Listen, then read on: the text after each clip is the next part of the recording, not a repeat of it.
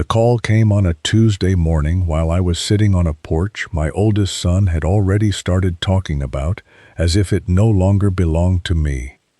I had coffee in one hand and the phone in the other. His name lit up the screen at 8:14. "Dad, we've made the decision. The lake house is going on the market. You need to have your things out by the end of the month." He said it carefully, not angrily. That made it worse. My son sounded like a man informing a tenant that a lease would not be renewed. I listened until he finished, looked across the water, and asked him one question. "Which lake house do you think I'm sitting in right now?" He did not answer right away. That pause was the first sign that he had moved faster than he understood. "My name is Martin Hale. I was 71 that fall, retired after a career in civil engineering, and I had spent most of my adult life in Wisconsin. My wife Ellen and I raised 2 sons there. Colin was the oldest. Nathan was 3 years younger. We were not wealthy in the way people imagine wealth. Ellen clipped grocer coupons long after we no longer needed to. I drove trucks until the repairs cost more than the payments would have. We saved because neither of us liked owing anybody anything. Our main house was a split level outside a small town north of Milwaukee. We raised our boys there, lost an old retriever in that backyard, hosted graduations in the garage when it rained, and stayed married long enough to know which arguments were worth finishing and which ones were better left for morning. But the place that mattered most to the family was not our house. It was the cabin on Birchwater Lake. I bought the land in 1993 for $32,000. At the time, that amount felt reckless. Ellen stood in the empty lot with her arms folded, while I explained what I thought the shoreline would look like in 20 years. "You already bought it, didn't you?" she asked. I admitted I had. She shook her head, took a sandwich out of the cooler, and handed it to me. That was Ellen. She could tell me I was impossible without making me feel unloved. I built the cabin over 3 summers. Colin was 9 the first year. Nathan was 6. Colin liked the work. He wanted the hammer even when the hammer was too heavy. Nathan preferred sitting near the lumber pile and asking questions about everything I did. "Why does that board go there? Why are you measuring it twice? Why can't the window be bigger?" I answered more patiently back then than I probably would now. That cabin became our family calendar. 4th of July, deer season, birthday weekends, graduation cookouts, the occasional Saturday when one of the boys showed up without calling because he needed somewhere quiet. There were years when every important family date seemed to end up at Birchwater. Somebody was always carrying a cooler down the steps, dragging a lawn chair toward the water, or complaining that the mosquitoes were worse than the year before. The boys grew up there in pieces. Colin learned to back a trailer near that dock. Nathan spent one summer convinced he could catch the same bass twice. Ellen kept an old deck of cards in the kitchen drawer because rain at a lake house can turn a family restless by noon. When Ellen became sick in 2014, we spent her last good summer there. The boys came up often. We sat near the dock in the evenings. Nobody tried to make those nights meaningful. We had learned by then that meaning usually arrives on its own. Ellen died the next year. For a while, Birchwater was the only place where missing her did not feel like an interruption. Her absence belonged there. I could sit on the porch and remember where she used to put her feet, which chair she avoided because it wobbled, how she always complained that my coffee was strong enough to dissolve a spoon. 6 months after her funeral, I bought another lake property. I did not tell Colin. I did not tell Nathan. For 7 years, neither of my sons knew it existed. Before I tell you why that mattered, tell me where you're listening from tonight. By 2023, Colin was 39. He had been divorced once and had remarried a woman named Brooke. Brooke liked nice things. That by itself never bothered me. Ellen liked nice things too. The difference was that Ellen hated buying anything before the money was in the account. Brooke did not seem burdened by that habit. Nathan was 36. He was easier to be around, but that was partly because Nathan had spent his whole life avoiding conflict. He could disagree with you quietly for years before ever saying the words. I loved both my sons. That part never changed. What changed was the way Colin started looking at things I owned. At first it was small. At Thanksgiving, he asked what I planned to do with the Birchwater cabin, long term. A few months later, he wanted to know whether the taxes were becoming annoying. Then he asked whether I had considered moving somewhere with fewer stairs. He started using words like assets and estate more often than son and father. He would bring up market value at family meals, then act as though he had only asked because he was being practical. Once he wanted to know whether I had ever had Birchwater formally appraised. Another time he asked what I was paying for shoreline maintenance. None of those questions were unreasonable by themselves. That was why I ignored the feeling they gave me. The problem was not any one question. It was how often my future seemed to become a financial discussion whenever Colin was in the room. Ellen had noticed the same tendency years earlier. Once, after Colin spent an entire dinner talking about what would happen to our property eventually, she waited until we were washing dishes and said, "You make things too easy for the boys." I told her that helping them was part of being a father. She dried a plate and looked at me. Helping is one thing, Martin. Teaching them to expect it is another. I did not like that sentence, so I did what husbands sometimes do with sentences they do not like. I changed the subject. Years later, I would remember it exactly. The first real warning came on a Sunday. Colin called early. "Hey, Dad." His voice was casual in a way that took effort. "Morning." "You busy?" "Drinking coffee." "Right. So, Nathan and I have been talking." I put the mug down. "About?" "The cabin."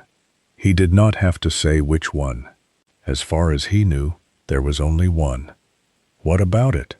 He took a breath. "We think you should sell." I looked out through the kitchen window. "You think I should sell my cabin?" "Dad, just listen. You're 71. The taxes keep going up. Maintenance is getting heavier. You're there by yourself half the time. I replaced the East Dock section in May. I know, but that's kind of my point. You're still doing all of this yourself." There was something almost reasonable in the way he said it. If he had stopped there, this might have become a different story. Then he said, "We talked to a realtor." I did not move. "You did what?" "A realtor, just for information." "Whose information?" "Dad." "No. Whose information, Colin?" He exhaled. "His name is Eric Dawson. He works out of Pewaukee. He says lake property is moving fast. He thinks Birchwater could bring 380, maybe 400. For a few seconds, I heard nothing but the refrigerator. "You brought a realtor to my property?" "We didn't bring him inside. We just had him look at the numbers and the area." "You did that before speaking to me." "We wanted to know what we were talking about." I had spent 38 years working around men who tried to hide bad decisions inside professional language. Colin had just done the same thing. "And Nathan agrees?" "Yes." "Put him on." There was shuffling on the other end, then Nathan's voice. "Hey, Dad." "Nathan, was selling the cabin your idea?" Silence. "I mean, Colin and I talked about it." "That wasn't my question. Another pause. No, Colin brought it up. But you agreed. I thought maybe financially it made sense. I looked at the coffee. It had gone untouched. All right. Dad, I heard you. We're not trying to hurt you. I said I heard you. I ended the call. I sat there for a long time. At 71, anger does not always arrive hot. Sometimes it arrives as embarrassment. I was embarrassed that my sons had discussed the future of a place I built before they discussed it with me. I was embarrassed that part of me was still looking for an innocent explanation. And I was embarrassed because Ellen had warned me, and I had spent years acting as though generosity could never train somebody to become entitled. I made another coffee I did not need. Then I opened the bottom drawer of the old desk near the dining room. Ellen used to call it my bad news drawer because tax papers, insurance policies, and anything requiring a signature ended up there. I took out a manila envelope. Inside was a deed with an address my sons had never seen. Pine Hollow Lake. I read the first page slowly. Not because I needed to, because I wanted to remember exactly what I had protected. 2 days later, Colin called at 8:14 in the morning. This was the call I told you about at the beginning. He did not ask whether I had reconsidered. He announced a decision. Dad, we've made the call. We're listing Birchwater. We? Me and Nathan. That's interesting. We already signed with Eric. You need to start getting your personal things out. End of the month at the latest. I looked across Pine Hollow Lake. The porch boards were cold under my slippers. Anything else? Dad, don't make this harder than it needs to be. Colin, which cabin do you think I'm calling you from? He stopped. What? Which cabin? You're at Birchwater. I never said that. Then where are you? Where I need to be. Dad, what does that mean? It means you can continue with whatever you think you're doing. He was quiet. I added, we'll talk soon. Then I ended the call. I bought Pine Hollow in the spring of 2016. After Ellen died, I had started taking long drives without much reason. The house felt too still. I would get in the truck, pick a road, and come home when I was tired enough to sleep. One afternoon I ended up northeast of town, beyond the busier lakes, in an area where the pines closed around the road and the houses became farther apart. Pine Hollow was smaller than Birchwater, quieter too. It was the kind of lake people tended to discover because somebody who already lived there told them about it. The road narrowed before it reached the water, and thick pines blocked part of the afternoon light. The property sat above the shoreline on a rise. The building was larger than a cabin, 3 bedrooms, a stone fireplace, and a wraparound porch facing west. From an engineering standpoint, I liked the elevation first. From a widower's standpoint, I liked the porch.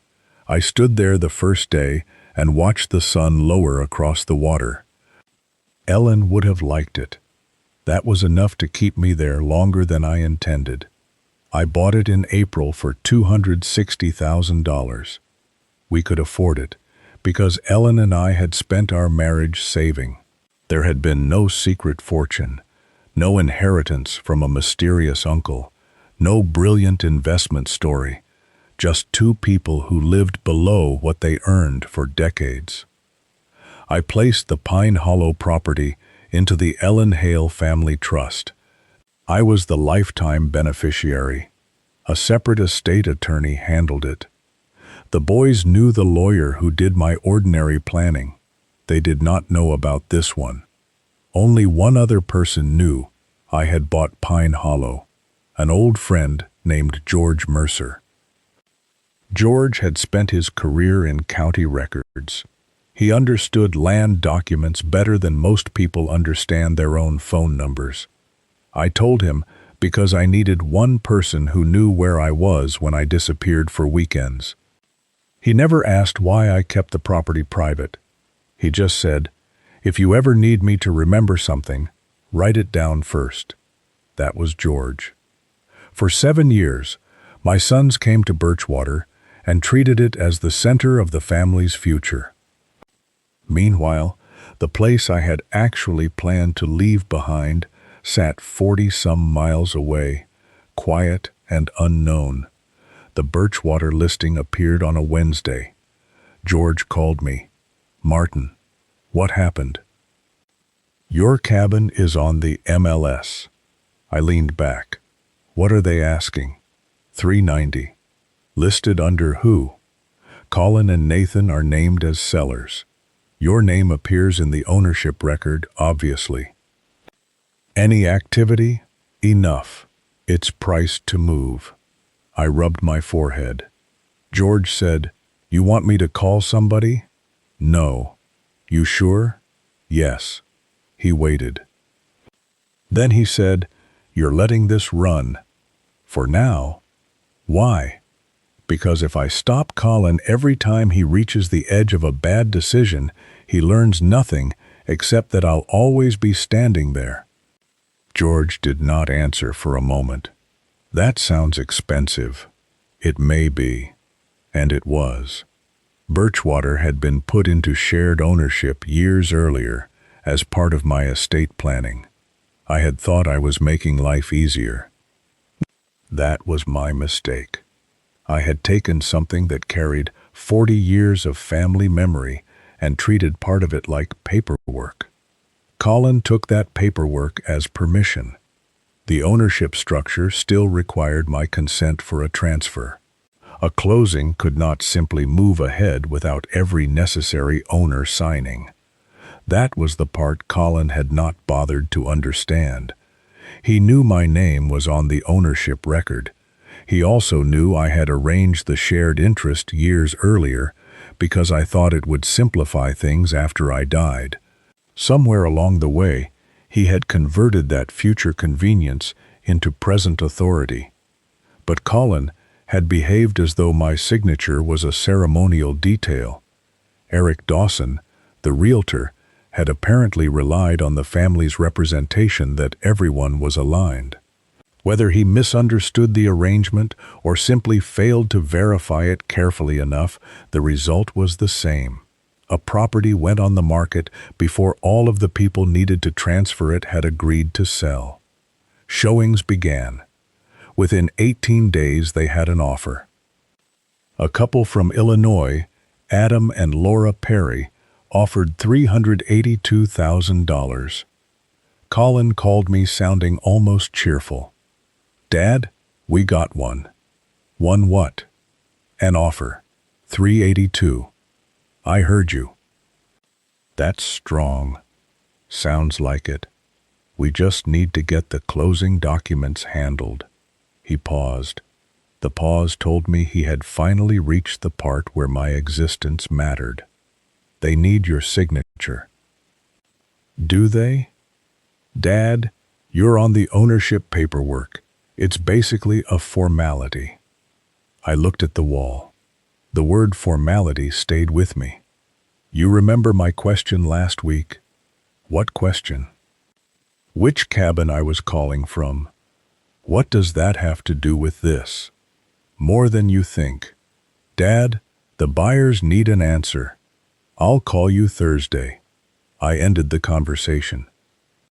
On Thursday, I drove to Milwaukee and met with my estate attorney, Daniel Reyes.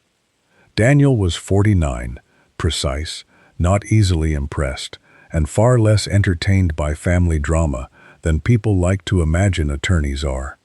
I gave him everything: the Birchwater ownership record, the listing, the purchase offer, the calls from Colin, the trust documents for Pine Hollow.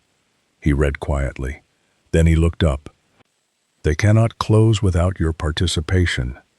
"I know. They should have confirmed that before accepting the offer." "I know. Do you want me to stop it now?" I folded my hands. "No." His expression changed slightly. "Why not?" I want Colin to reach the table. Daniel leaned back. Martin. He called me and told me when to leave. I understand that. No, I don't think you do. If I call him today and tell him he made a legal mistake, he'll spend the rest of his life believing the problem was the paperwork. The paperwork is not the problem. Daniel looked over the offer again. So what do you want to do? I want it to reach the closing table. He lifted his eyes. You want Colin to walk in believing the sale is done. Yes. You want Nathan there too. Yes. And then? I want you to make one phone call.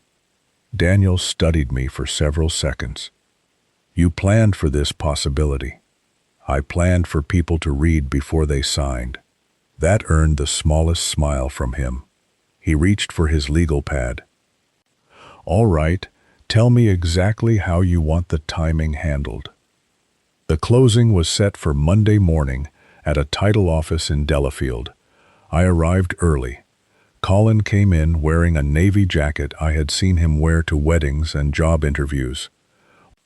Nathan followed him, hands in his pockets. Adam and Laura Perry were already seated. They looked excited, in that restrained way. Adults look excited when they are trying to be professional about buying something they have imagined owning for weeks. Eric Dawson had a folder open in front of him. The title officer, Melissa Grant, had documents arranged in neat stacks. I sat in a chair near the end of the table with a coffee and said almost nothing. Colin saw me and relaxed. That hurt more than I expected. He had been worried I might ruin the sale. Seeing me there convinced him I had surrendered. His shoulders dropped. He gave me a quick smile, the kind people give when a difficult problem has finally become manageable. Nathan did not look nearly as comfortable. He kept his hands together and watched the papers being arranged. Every few seconds his eyes moved toward me, then away again. The Perrys were talking quietly about the property. Adam asked one last question about the dock. Laura mentioned where they thought a small table would fit near the west window. They believed they were minutes away from owning the place. Colin believed the same thing. Dad, he walked over. Glad you came. I said I would. So we're okay? I looked at him. We're here. He heard what he wanted to hear. Melissa began reviewing the process. Eric uncapped a pen. Adam leaned forward. My phone vibrated once. Daniel. I stood. Melissa looked up. Mr. Hale? I need to take this. Colin frowned. I stepped into the hallway, answered, and gave Daniel the final confirmation. He was only minutes away. When I returned, I asked Eric to speak with my attorney. Colin pushed his chair back. Dad, what are you doing? I held up one hand. Let him finish. Eric took the phone. At first his face showed annoyance, then concentration. Then he stopped writing. He asked Daniel to repeat something. When he handed the phone back, he did not look at me. He looked at the title officer. Melissa, we can't proceed. Adam sat straighter. What? Eric swallowed. There's an ownership consent problem. Colin turned toward me. Dad. I did not answer. Adam looked from Eric to Melissa. We've been under contract for 3 weeks. I understand, Eric said.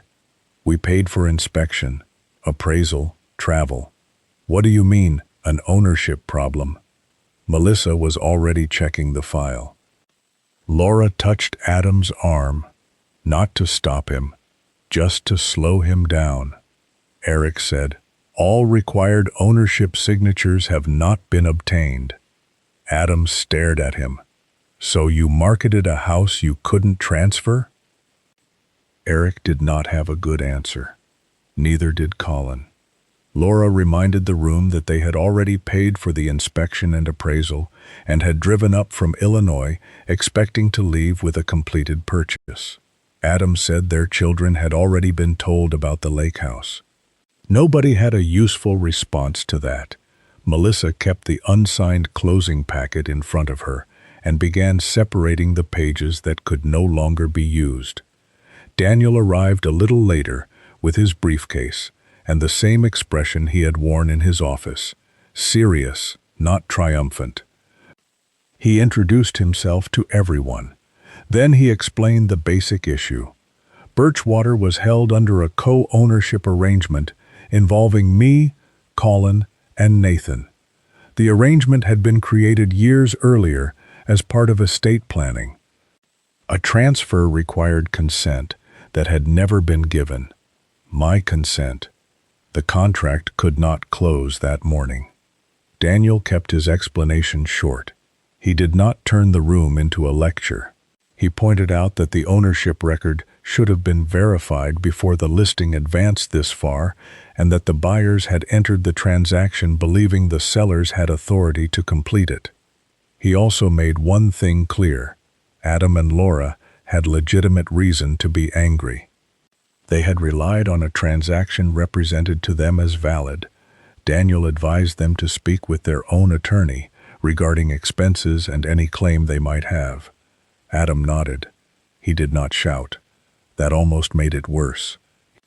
He looked at Colin once, then at Eric. My kids think we're buying this place. Nobody answered. Laura gathered her bag. At the door, Adam turned toward me. I'm sorry your family is dealing with this. I felt ashamed when he said it, because whatever Colin had done, I had knowingly allowed Adam and Laura to drive into that room. I'm sorry you got pulled into it, I said. He nodded once. Then they left. Eric followed soon after. Melissa stacked the unused documents and excused herself. Daniel stayed long enough to make sure nothing else needed to be signed. Then he looked at me. I'll be outside. The door closed. It was just me and my sons. Colin sat with both hands on the table. Nathan looked at the floor. For a while nobody spoke. Then Colin said, "You let us get all the way here." "Yes." "You knew this wouldn't close." "Yes." "You could have told me." "I could have." He stood and walked to the window. "Then why didn't you?" I looked at him. "Because you needed to see it." He turned. "You hired a realtor before you asked me. You signed a listing agreement on property that still required my consent. Then you called me and told me when I had to get out." He opened his mouth. I kept going. If I had stopped you on the first phone call, you would have blamed the paperwork. I wanted you to see where your decision actually ended. Colin had no answer. Nathan rubbed both hands over his face. "Dad, I'm sorry." I looked at him. "Did you think this was right?" He shook his head before he spoke. "No?" "Then why did you do it?" He glanced at Colin. There it was. Same look he had given his older brother when they were children, and somebody wanted to jump from a roof that was too high, because Colin had already started it. That's not a reason. I know. You're 36, Nathan. I know. You heard me on that first call. You knew I wasn't agreeing. I know. His voice thinned on the last word, but he kept himself together. I sat down across from them. I need both of you to listen now. Nathan nodded. Colin returned to the table. The Perrys may make a claim over the expenses they lost, because this sale was represented to them as real. Daniel thinks the amount could become substantial once legal fees are involved. Colin's jaw tightened. I'll handle it. Yes, I said. You will. He looked at me. I did not say it to humiliate him. I said it because for years I had made a habit of handling things before my sons had to. Down payments, emergency repairs, a bad credit card month after Colin's divorce. Nathan's medical deductible 1 year when work was slow. None of those things had been wrong individually. Taken together, they taught both boys something I never meant to teach them. Dad would absorb the impact. That was my part in this. Brooke had already been told about the offer. I knew because Colin had mentioned, almost accidentally, that she was looking at what they could do with his share. I asked him about it. His face changed. "You told her the money was coming, didn't you?" He did not answer. 382,000. You already divided it. We talked about possibilities before the sale closed. Dad, I'm not discussing your marriage. I'm telling you that you have another conversation waiting for you at home. He looked down. Nathan was staring at his hands. I reached into my jacket and placed a folded page on the table. I had met with Daniel the day before. There had been changes to my estate plan. I left the paper folded for a moment. Both boys looked at it. Colin's expression had changed from anger to caution. "What's that?" "Something I should have dealt with years ago." Nathan frowned. "What did you do?" "The kind of thing a man does when he realizes he has been too casual about what happens after he is gone." Colin's eyes stayed on the page. He knew by then that the morning was not ending with one failed closing. "I changed how Birchwater is going to be handled going forward. Birchwater is back in my name alone," I said. "The change was recorded yesterday." Colin stared at me. "So you took us off?" "Yes." Nathan looked up quickly. "Dad, it's done." I kept my voice level. "You were in such a hurry to sell it. Now you cannot. The paperwork finally matches the reality you ignored. It was never yours to dispose of without me." He sat back. That was the moment the argument stopped being simple, because he was not completely wrong.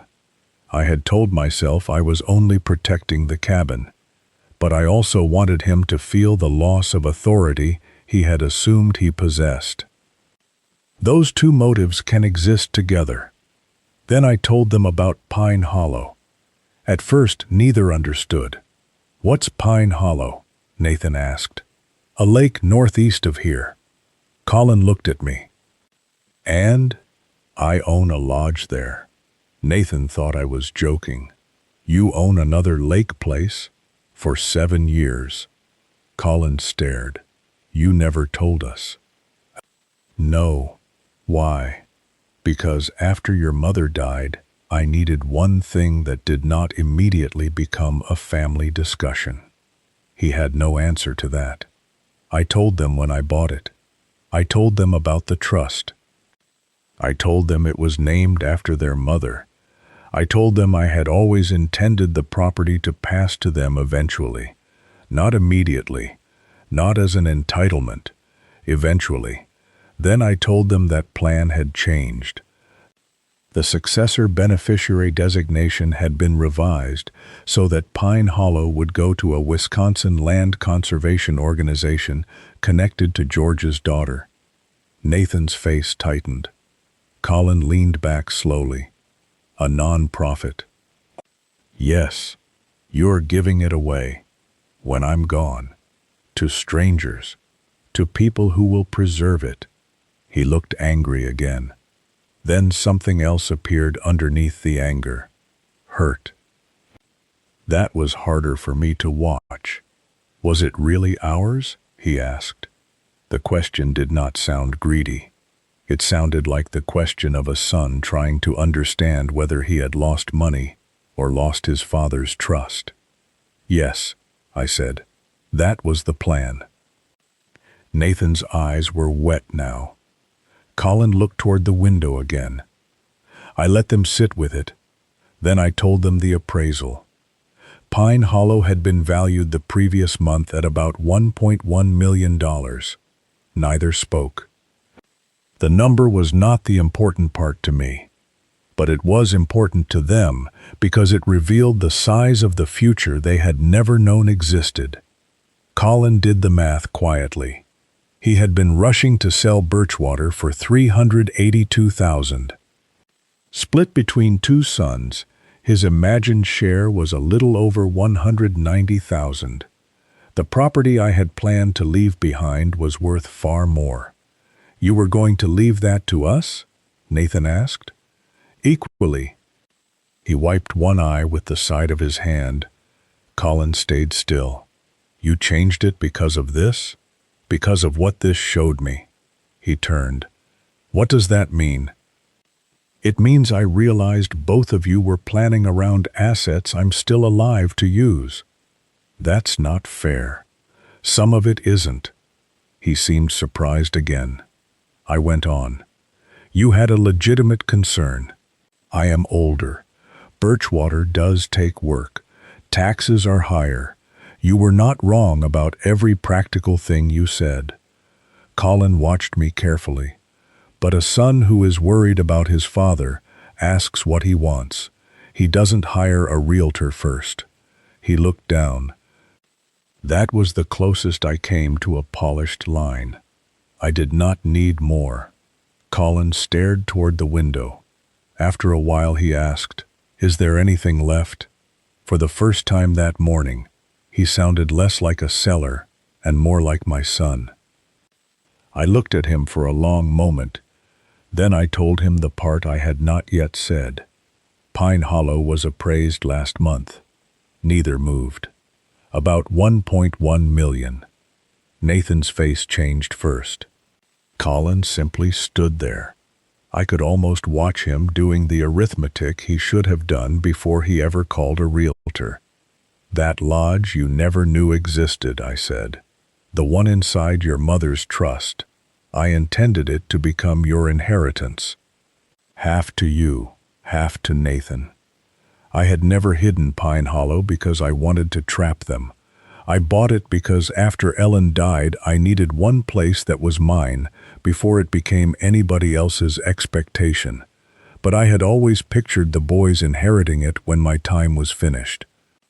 Nathan made a small sound and covered his mouth. Colin looked back at me. I let the two numbers sit next to each other. $382,000 for Birchwater. $1.1 million for Pine Hollow.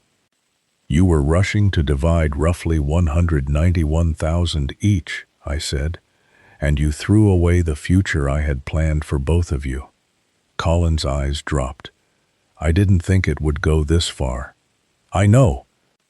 "I thought we were helping. A man trying to help his father asks first." He did not argue. I stood and buttoned my jacket. "You are still my sons. That has not changed." Nathan looked up. "But trust is different. That has to be earned back." I looked at Colin.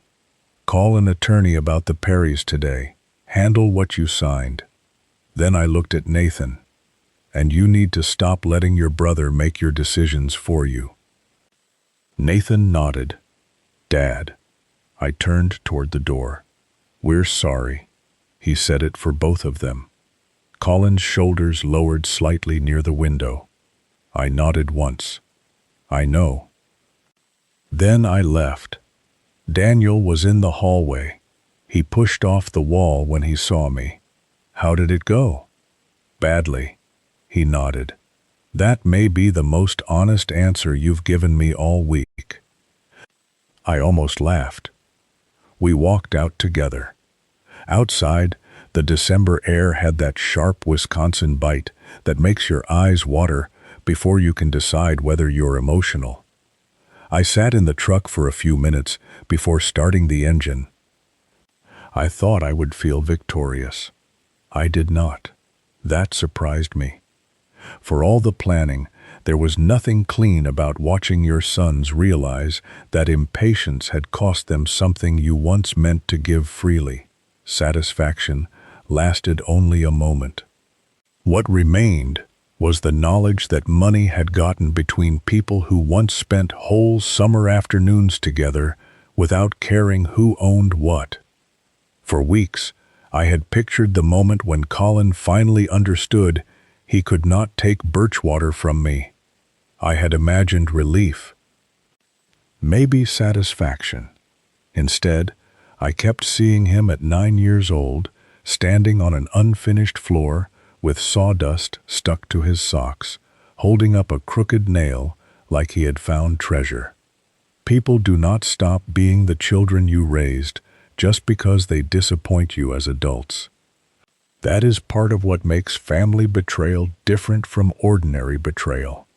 You cannot remove the history before you make the decision. I drove northeast, past the busier roads, past the pines, toward Pine Hollow. The sun was already low when I reached the lodge. I sat on the west porch with my coat still on. For years, that porch had been where I went when I wanted Ellen's memory without anybody else's opinion attached to it. I could almost hear what she would say. Not that Colin was evil. She never saw people that simply. She would have told me I had made the boys too comfortable depending on me. Then she would have told me I had gone too far by letting the Perrys reach the closing table. She would have been right about both. I had spent most of my life solving structural problems. Load, pressure, settlement, drainage. You learn early that failures rarely come from one cause. Families are not so different. Colin had become entitled. Nathan had become passive. Brooke had helped turn future money into present plans. And I had trained all of them to believe I would keep absorbing consequences. Nobody built that problem alone. The Perrys pursued reimbursement and damages connected to the failed transaction. Colin handled it through counsel. The settlement came to about $21,000. He paid it. Brooke did not take the news well. She had already treated part of the Birchwater money as if it were on the way. Colin had to explain that the sale was dead, that there would be no payout, and that he now had a settlement to cover instead. I stayed out of their marriage. That problem belonged to them. Nathan called me the following Sunday. No agenda. No mention of Pine Hollow. No request for money. We talked for around 40 minutes about ordinary things, the kind of conversation we used to have before every family discussion seemed to drift toward property. It was not a repair, but it was a beginning. Eric Dawson also faced a formal complaint related to the failed listing. I did not file it. The Perrys did. Some consequences arrive without you pushing them. Pine Hollow remained exactly where it had been for 7 years, above the water with the west-facing porch, inside the Ellen Hale Family Trust. The beneficiary change stayed in place. George came up one cold weekend in December. We sat on that porch while thin ice began forming along the shoreline. For long stretches, neither of us said anything. That is one of the things I learned late in life. The people who know you best do not always need the full explanation. Sometimes they only need to sit beside you while the day gets dark. I thought about Ellen. She would have been angry with Colin. She would have felt Nathan's shame before he said a word. And she probably would have told me I was too calculated for my own good. Then she would have handed me a sandwich. I poured a drink and lifted the glass toward the water. "This one's yours," I said quietly. The lake stayed still. Birchwater still stands where it always did. My name is the one controlling it now. Colin paid what the failed sale cost him. Nathan began calling without needing anything. Brooke and Colin had their own work to do. Eric had his complaint to answer, and Pine Hollow remained untouched by the plan my sons thought they had already made. I did not feel like I had beaten anybody. I felt older, a little sadder, and much clearer about the difference between loving your children and allowing them to treat your life as an inheritance that has already opened. So tell me this, If your adult child tried to sell a family property you still owned, would you have stopped the sale immediately or let them reach the point where they had to face what they had done?